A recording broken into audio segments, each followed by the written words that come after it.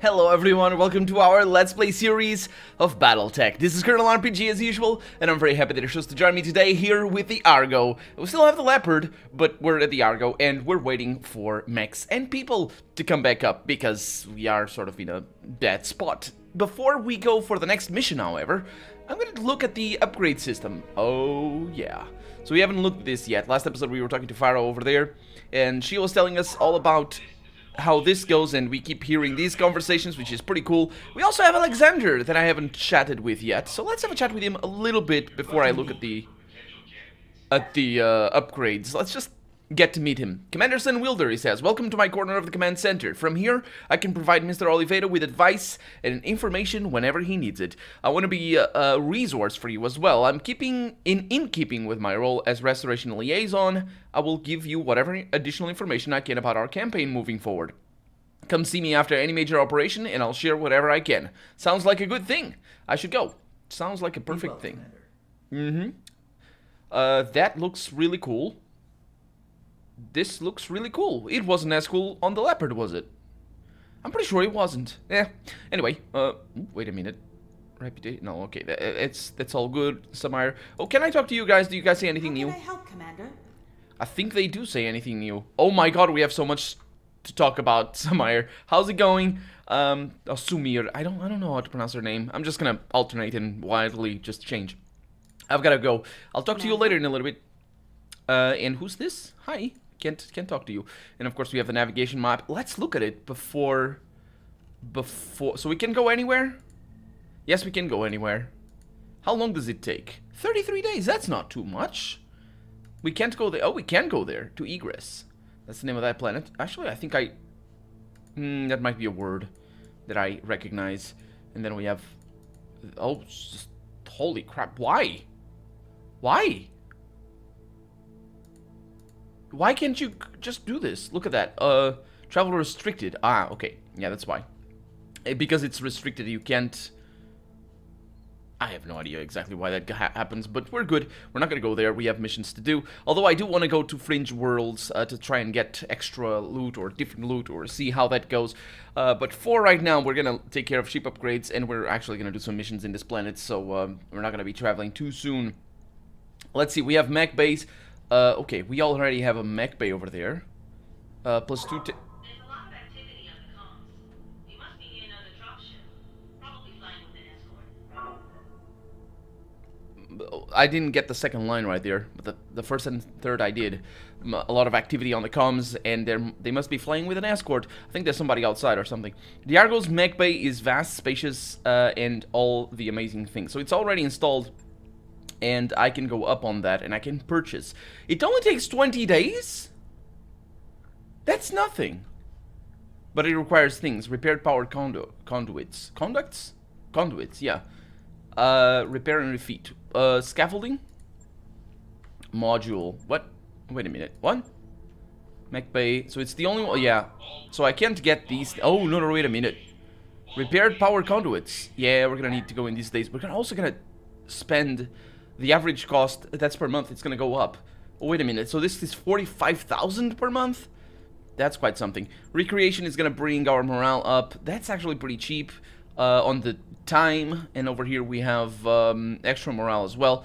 On the time is a little bit costlier. What is it? Upgraded lounge. And this one over here is just a lounge. So we don't have a lounge. I think we should work on that.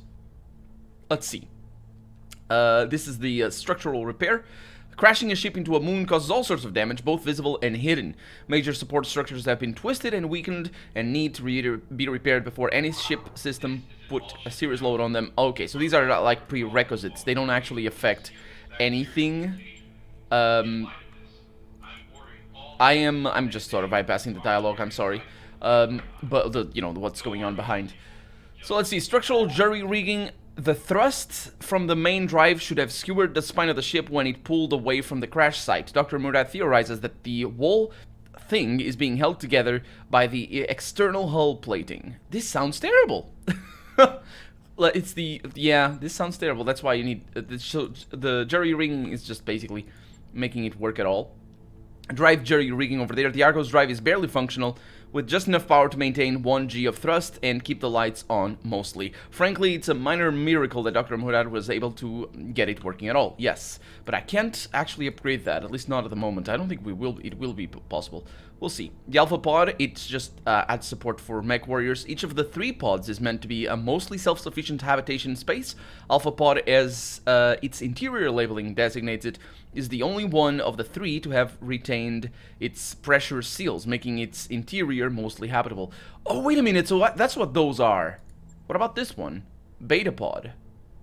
So I don't have the, what is this, Charlie Pod? No, Beta. What's the C? Sigma? I think it might be Sigma. Not really sure. But yeah, I kind of want to go there. Tech points. I want to go here as well. How much is that? That's only 10 days. So I'm going to go with the recreation first. And then I'm going to go with that because the difference... Alright, I'll get the team on it right away. Yes. Okay, so get the lounge going. It's upgrading at the moment. A shared social space outside the barracks allows the MechWarriors to bond as a team and play video games, hopefully, anyway. And all of them turn-based in combat, because otherwise they're not going to have as much fun. Nice to see you down here in the hole. Hey, Yang. Are you going to tell me about... Yeah, let's go ahead What and can I do for you? have a chat with him. How are you liking the new ship? I love it. She's a big old ship, Commander. This bucket can carry more tonnage than I know what to do with. And the mech bay? Man, that mech bay. Do you have any idea how tough it is to refit a mech on a Leopard? Other mechs won't even try it. I've got no room to maneuver, no room to do anything. The odds to getting... I'm gonna lower the volume here, because otherwise it's just bad things. Other mech techs won't even try it. Even you've got no room to maneuver, no room to do anything. The odds of getting killed in some horrific industrial accident go right through the roof. I guess what I'm trying to say is that I like the new ship, and I especially like the fact that it isn't my job to keep her flying anymore. I guess that puts Lady Arano in my good graces, which is rare for a wannabe empress. Lord Madeira too, hell, even Centrella. As long as they let us keep the Argo, they're all fine with me. That's not, you don't say that too much, I don't think. Wait a minute, Centrella? Yeah, that's the mean one, isn't it? No, wait a minute, who's Centrella? Centrella? I don't remember who Centrella is. It's not the enemy, is it? No, I don't think so. Anyway, I've got a few questions about Mech Bay.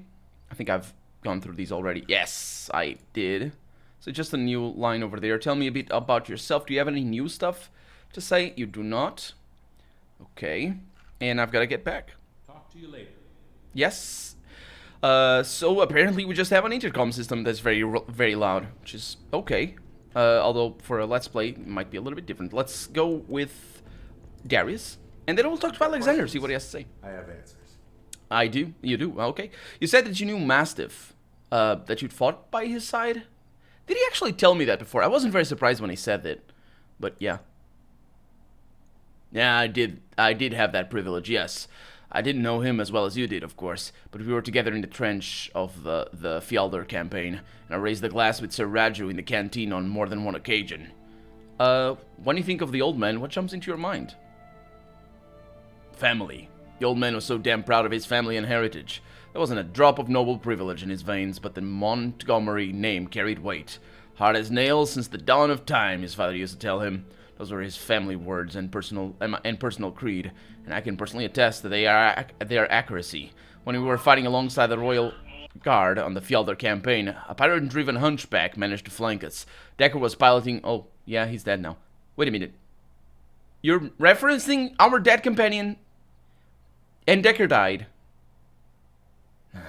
Decker was piloting a Locust at a time, and the bastard took its leg clean off. The Locust went down hard and Decker blacked out.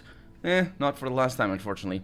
He was a dead man. There was nothing we could do to keep that hunchback from putting a foot through his cockpit, and he would have if Mastiff hadn't come charging in with his Centurion.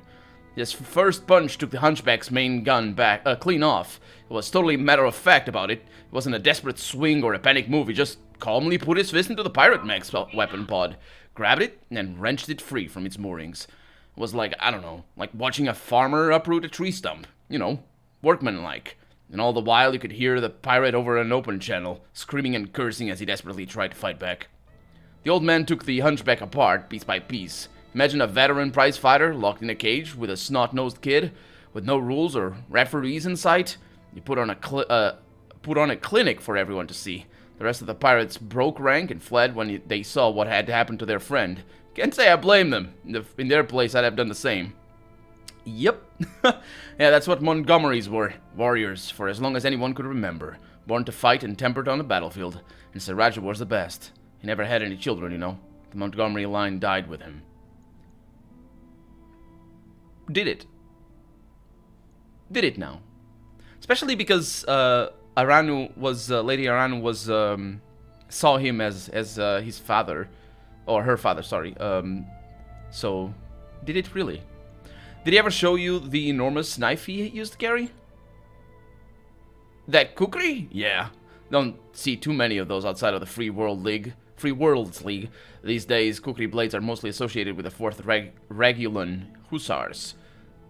A Free Worlds League regiment, founded in 2762 from the Nepalese inhabitants of the Mushida system. Not mastiffs, though, says Darius. He claimed that he'd inherited the curved-bladed beauty from his grandfather, who had inherited it from his grandfather, and so on, all the way back to the family's origin on Terra. Yeah, right. For hundreds of years? No, he didn't. During a Fjeldr's campaign, I saw him use that blade against a pirate twice his size. Split the bastard's skull like a rotten cantaloupe. It was horrifying and beautiful all at once. You don't see that kind of skill every day. I wonder what happened to that old blade of his. It wasn't with him on Weldry. The old man must have felt it like he lost a piece of himself when the directorate took it away. Yeah, thanks for the talk. The next time we're on shore leave, let's raise a glass to the old man's memory. Yeah, Vic, I like that. And so I think would he. Sure. I've got some questions about running the company. I think we've been through all of these already. Well, I know we've been through all the ones that were available. As well as his conversations about himself. So gotta run, Darius. I'll need to talk to Alexander over here. How can I help? He says the same thing. Did he say this? I want to be there. Yeah, he says the same thing as before. I'd like to discuss the state of our war against the Directorate. Oh, things are going well enough, Commander. Our initial attack on Weldry was an enormous success, despite the psychological costs of what we discovered there. Still, the Directorate's atrocities have steeled our resolve. I've never seen Lady Orano so determined. Out of curiosity, Commander Sunwielder, what did you think of her speech? I recorded it, you know. The broadcasts are on their way to every corner of the Directorate's space. Actually, I have an opinion on the speech. They really shouldn't have gone with such a bombastic soundtrack. It was a pretty powerful speech, but it ruins it for me, I think. That the soundtrack was so... I mean, at the beginning it was okay with the violins and all that. It is, after all, the sort of score that this game has. But it was just too... And then the last shot of her is like... It sounded like... It just looked like propaganda to me. And I know it's not meant to be like that, but then again, you know, epic movies tend to look like propaganda anyway.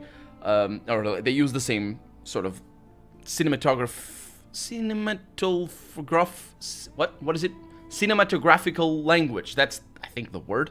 But it's just, it didn't seem, it seemed very forced. At least the soundtrack anyway, but the last shot also took it's just very long. And I thought it was a very powerful speech, so what I did was detach myself from the speech itself, or rather not from the speech, but rather from the soundtrack and from the visuals, to try and take the speech as at face value, or as much as possible at its word. And I thought it was sort of a wasted opportunity, really, because it could have. I like when things are understated and they are very powerful.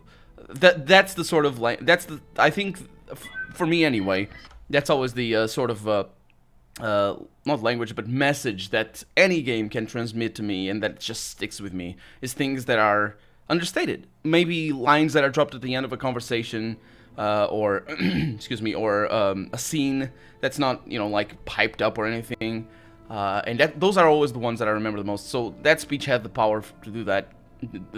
How it was written, but it didn't deliver that. It wasn't memorable, I would say. But no, it's still a powerful speech, so I'll go with that. It was good. She said what the people wanted to hear. Yeah. You think they bought it? That's an interesting take on it. I mean, she really sounded... That's true, actually. She sounded... Remember how I said she changed her mind? I didn't think of it from the perspective of it being really bad, that she was just said, it's my birthright, I'll take it because yes. And then people wouldn't rally to her cause as much, of course, because of that. I mean, some would, but not necessarily all people. And that she detaches herself, or her own self-interest, from the goal of the war really helps her. But I wonder if it was an honest change of heart, or he's just saying what people wanted to hear. I'm gonna say I bought it, so I'm gonna go with the second line. Hiccup, sorry. It sounded raw, from the heart. Mastiff would have been proud. Let's see what he says. Yeah, good. That's what I was hoping to hear. The presumption of authenticity will carry us far. For what it's worth, Lady Arano meant every word she said, but the people may not see it that way. Espinosa's propaganda machine will do everything in its power to tarnish our accomplishments and drag us through the dirt. That's interesting. That's a really, really interesting way of writing a character like this. He readily admits the politics behind it, the presumption of authenticity. If he had said just this sentence, you'd have think, oh, wait a minute, so she didn't mean that? But he readily accepts the political interpretation of her word, and the possibilities of, actually, because this is a propaganda war, or part of it anyway, and he just takes it at face value. But of course, he still says that, so I will take his word for that, because I think for a character such as the one I'm trying to build, I guess, kind of makes sense that my character would have just, you know, sort of looked for confirmation for her initial sort of impression of at least the attitude of Kamea. I can imagine the headlines now, he says. Police and civil servants cut down by weapons of war. Dangerous convicts set loose by a traitor, endangering nobles and commoners alike. Dangerous narrative, and one that we'll have to counter at every turn. With luck, many of our people will believe what they have heard in our broadcast over the Directorate's propaganda, but I fear that Espinosa's hardline supporters will be far less eager to listen. If we fail to turn them against the Directorate, we run the risk of ongoing violence, even after we liberate their home systems. That's why messages like Kameya's speech are so important. There's ways of... that's a very true point, actually. We're not gonna have to deal with that sort of storyline, are we? That's way too down to earth. Oh boy. So basically the problem here is specifically what he's referring to, the hardline supporters. Now they're not going to be changed, but the thing is, there's ways of coping with them. You can take the throne back and just sort of, if they want to stay independent, if they're just like sort of give them their own home world or something like that, and just sort of, okay, you go over there. I took my stuff, but instead of just imprisoning you all or something like that, I guess you'd still have to imprison Espinosa, but sort of just, okay, you don't want to be under me, I don't want you, okay, go away, shoot. That's always a way of doing it. Of course, it has problems and just sort of delays the violence, but at least it makes sure that violence doesn't happen within your own power region or whatever. Let's see. Yang, I'm seeing a huge energy surge in the mech bay. Oh, yeah, again, I got that one. Espinosa's supporters just saw the conditions on Weldry with their own eyes. You don't think that'll be enough to sway them? That's just just too hopeful, but let's go with that. Not hopeful, naive, I guess. Some will be moved by our message, yes, he says, but others will continue to embrace the Directorate's lies.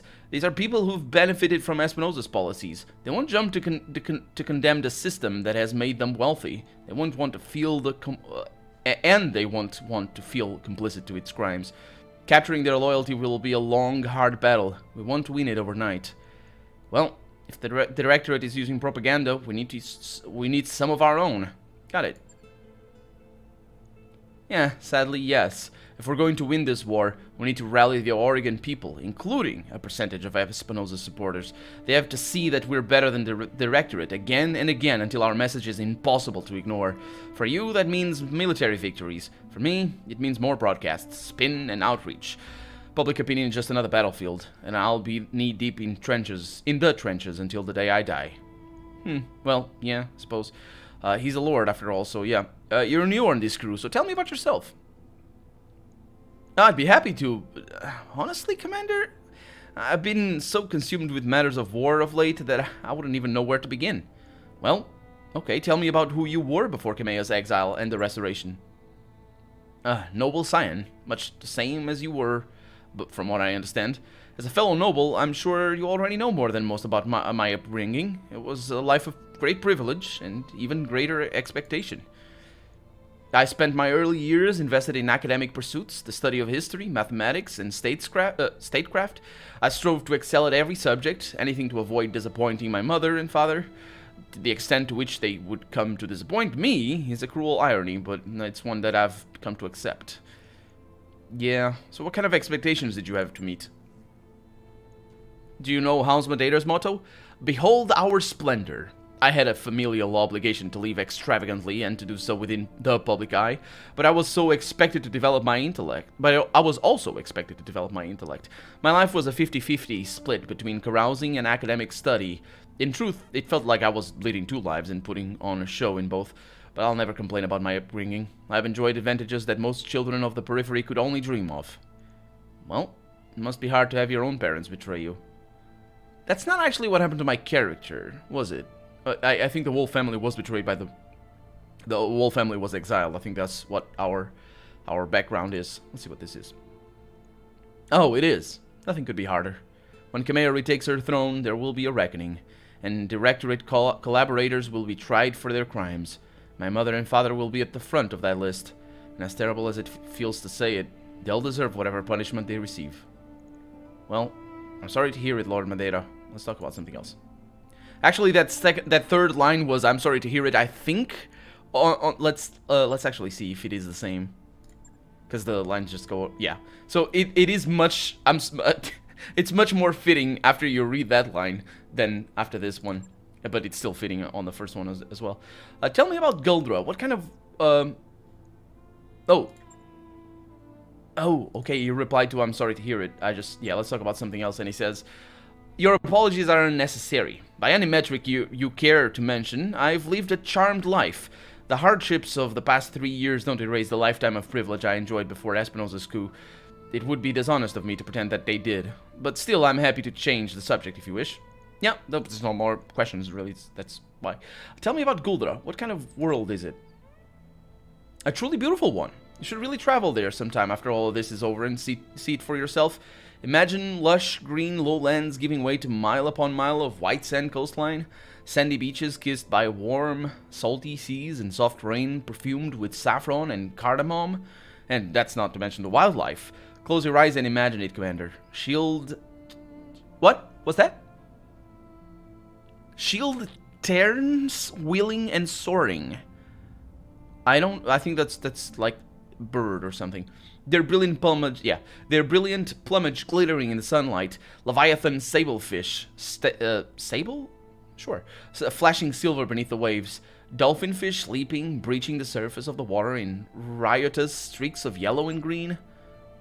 The places like Guldra are special, Commander Sunwielder. They must be preserved. This is what we're fighting for. Something unspoiled and unique and ours. Something that reminds us how good the periphery can be. Yep. I mean, also fighting for other things, but there it is. I should go. We'll talk later. Always a pleasure, Commander. Indeed. So we have talked to Darius and Alexander, we have talked to Yang, and we have talked to Farah already. Let's have the last chat of the team here before we embark on our next mission, which is going to be mostly waiting for the moment, because before the mission it's going to be mostly waiting. What do you think of the Argo, Samire? You're going to be able to fly this beast? Oh, she's going to take it wrong. She didn't. She says she's different. Plotting her wouldn't be a problem, but I can't say I'm happy about living on a piece of lost tech. Too many question marks for my taste. That said, I get the necessity. The leopard is just too damn small. Anyway, as long as we're able to restrain ourselves from pushing any mysterious buttons, it should be okay. That's what I keep telling myself anyway. And life aboard the Argo should continue to improve as Dr. Murad brings new sections of the ship online, so we've got that to look forward to. Yeah, the ship has potential, I'll give her that. Much more than the...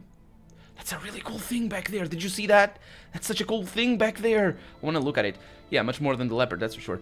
Yeah, and I can't wait to see how she develops over time, she says.